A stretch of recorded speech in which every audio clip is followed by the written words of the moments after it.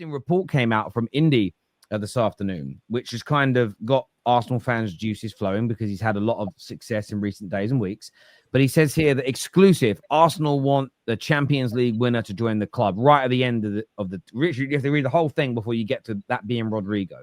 He says that Arsenal reached out to Crystal Palace regarding Eze to hold talks, to hold talks, like to stall talks, he means, with Spurs. They made a request to Eze just a few days ago, as exclusively reported. Crystal Palace are scratching their heads and wondering why Arsenal haven't put a bid in yet. It's been a mess, honestly. They're confused about the whole situation. Arsenal have the budget for Eze and don't even need to sell to make it up. So what's the hold up? He says we can confirm they are waiting for the first choice target to make a decision before submitting a bid. This is a dangerous game they are playing whilst they wait on Real Madrid. But they have confirmed that Rodrygo is the number one target. The reason that Arsenal are not moving for Eze, and I'm only going by the words of this tweet, don't quote me, the reason they're allowing Spurs to maybe get him is because they are focusing on Rodrygo.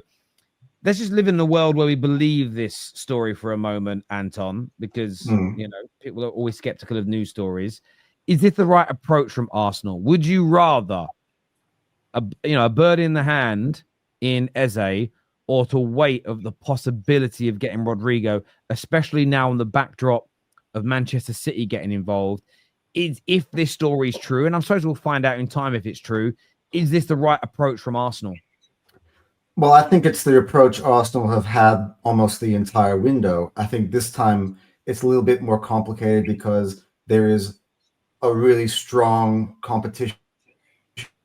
So from Man City, it's going to be very hard for us to try to convince Rodrygo, we don't even know if he's wants to leave Real Madrid yet at all either, to pick us over City. And at the same time, though, I think on the other hand, no offense to Spurs fans, Eze would be an easier deal for Arsenal to get done.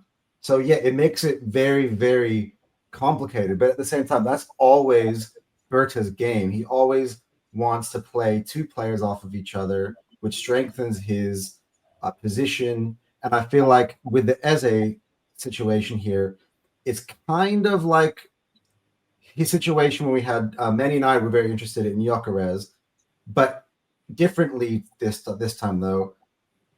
Eze has not told Tottenham, for instance, like, my preference is Arsenal. He's not really told them that. He said, look, if you guys come to me and we're able to do a deal, I'm happy to go there. So that kind of changes the situation. So I think Berta is basically ploying his regular tactic, but this time the situation is a lot different, and it's like kind of playing high stakes poker, because I got to tell you, if he ends up empty-handed and Eze goes to Tottenham and Rodrygo goes to Man City, all the good work that Berta had done over the summer will be forgotten, and Arsenal would still have a very obvious hole out on the left, because it makes Arsenal completely predictable in the way we play.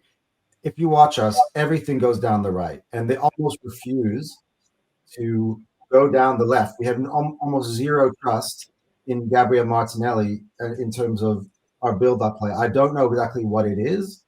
They don't even really go there to offer some balance. But as long as that side of the pitch is empty, I can't see us winning. Especially, let's say, Man City in this scenario have got Rodrygo, and Liverpool, they're already better than us at the moment in terms of squad. And if they were to add an Alexander Isak, it'd be very, very hard for Arsenal to compete. So he needs to pull something off here, or Arsenal are going to be in serious trouble. And I know my fan base, they are going to absolutely lose their heads if Eberechi Eze walks out in a Tottenham Hotspur kit because Arsenal went for Rodrygo and couldn't get him.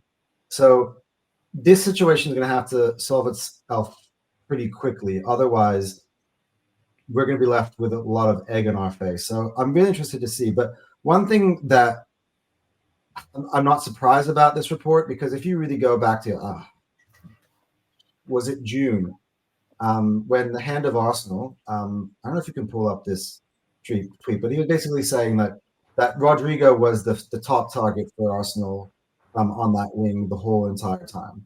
So this report does not surprise me, but at the same time, they can't be mucking about with Eze, otherwise they're gonna lose out on him because from what it seems like that situation is escalating very quickly, and he's gonna need to make a decision here. I mean, ironically, for once, Tottenham have a lot of power in this situation because Tottenham can force a lot of deals through. So this whole thing for me hinges on how quickly that Savinho deal goes through. If Tottenham can get that Savinho deal done quickly, then City will go in for Rodrygo. And I think City get Rodrygo ahead of Arsenal because I just think Pep's a bigger pull than Arteta. And I think that he'll be able to sell the move to City better. So then if that put Rodrygo to City, then it means Arsenal and Tottenham are going to be battling it out for Eberechi Eze. But in that scenario, Eberechi Eze goes to Arsenal. Based on what? Maybe, yeah. Maybe. Based on the fact that the player's preference has been Arsenal, and it's where does he want to play? There's no offense taken. Positionally, it makes sense. It might make sense for him to go to Tottenham in this case, because if Rodrygo's off the ball for Arsenal, you're going to be bringing in Eberechi Eze to play left wing. Tottenham, if they're bringing in Eberechi Eze, will be playing him in the 10 because James Maddison's out for the season. If he wants to play in the 10, if he wants to sort of put a market down for this World Cup next summer, he wants to be considered, for that starting 11. I think that he wants to be playing 10 this season in that number 10 spot for whichever team. Well, Leandro Trossard plays a very similar position when he starts for Arsenal, and I always felt that Trossard has been more effective than Martinelli as a starter, and especially, for instance, if Calafiori can stay fit, it gives Calafiori likes to bomb down the left-hand side, and it would almost like playing with two 10s because Eze comes closer into the pitch. You got Eze on one side and Odegaard on the other side, which I think is what Arteta wants to do with Eze. So I don't necessarily think it's like you can look at it on the paper and say, oh yeah, he's on the left and he's an attacking midfielder. He plays centrally, but in Arsenal's system, in the way he wants to play, I think he would still be very much central. Like Trossard drifts. So what about when Lewis Skelly plays? Well, that's a different thing. Your rotation. When you're a big club, you know that. Like I take Man City as an example. They have maybe 3 or 4 players who are constantly guaranteed their starting position, and everyone else rotates. Got plenty of games. So Arsenal would use a combination of different scenarios. So, like for instance, if you start out with Miles Lewis-Skelly, I can imagine that Arteta in that scenario, could start Eze inside and rest Odegaard for the day, or play Martinelli or Madueke on the left to accommodate the style of Lewis-Skelly. So it's just Arteta wants how many games do you think he starts at Arsenal this season? Who? So who we're talking about? Eze. If he was to hypothetically sign for Arsenal, how many Premier League starts would he get? Between maybe 20 to 30, like maybe even more. It really depends. We had so many injuries last year as well. Listen, right now it's being stated that Arsenal are pulled away from this. I think it's a little bit of a little elementary at this particular moment in time. My question is this, and I want to throw this to Kate and Henry. Is this potentially a little bit of PR from Arsenal to make their fans calm down about the fact that Eze is now likely to join Spurs, that he has agreed personal terms or they're no problem? You guys are advancing in conversations. Could this be a way of going, listen, guys, don't worry about not getting Eze. We're still after Rodrygo. And then everyone calms down for a little bit. If they have a decent start to the season, then don't get Rodrygo. Things chill out. Could this be PR from Arsenal, Kate, because you've beaten them for one reason or another to Eze? No, I think if Arsenal wanted Eze, they'd have Eze by now. I actually think Tottenham are going to get this done quick. I think this will get done before Savinho. And then I assume that we will hopefully get him and Rodrygo will go to City and Gooners will be sat there with egg on their face again after chirping all summer that Rodrygo was going to be their star signing. But look, Eze, for me, he just walks into our team and makes us so much better. I mean, I truly believe we have Eze last night. It's a different game. The link up between the midfield to the sort of the front line, we're missing someone. Like we said, Maddison's going to be out for the season. We don't know when Kulu's going to be back, but Kulu can play on the wing anyway. Eze's, we're going to be competing in the Champions League. I see Eze coming to us. I think we put in a 55 million plus 5 million add-on bid today, and they want 68 million in release clause. I don't think we're a million miles away. I do. I see it happening. And I just don't see Rodrygo going anywhere near Arsenal. I don't see him going. I've said it from day one of this window. He'd basically be going to somewhere that don't win anything. And Rodrygo is too good to go there. So I think he goes to City if he does leave Real Madrid. But he might not even leave Real Madrid yet. But I mean, Henry, I don't know what you think about Eze. Oh, I mean, I've wanted Eze at Spurs for Makes you look 3 like a years now. genius.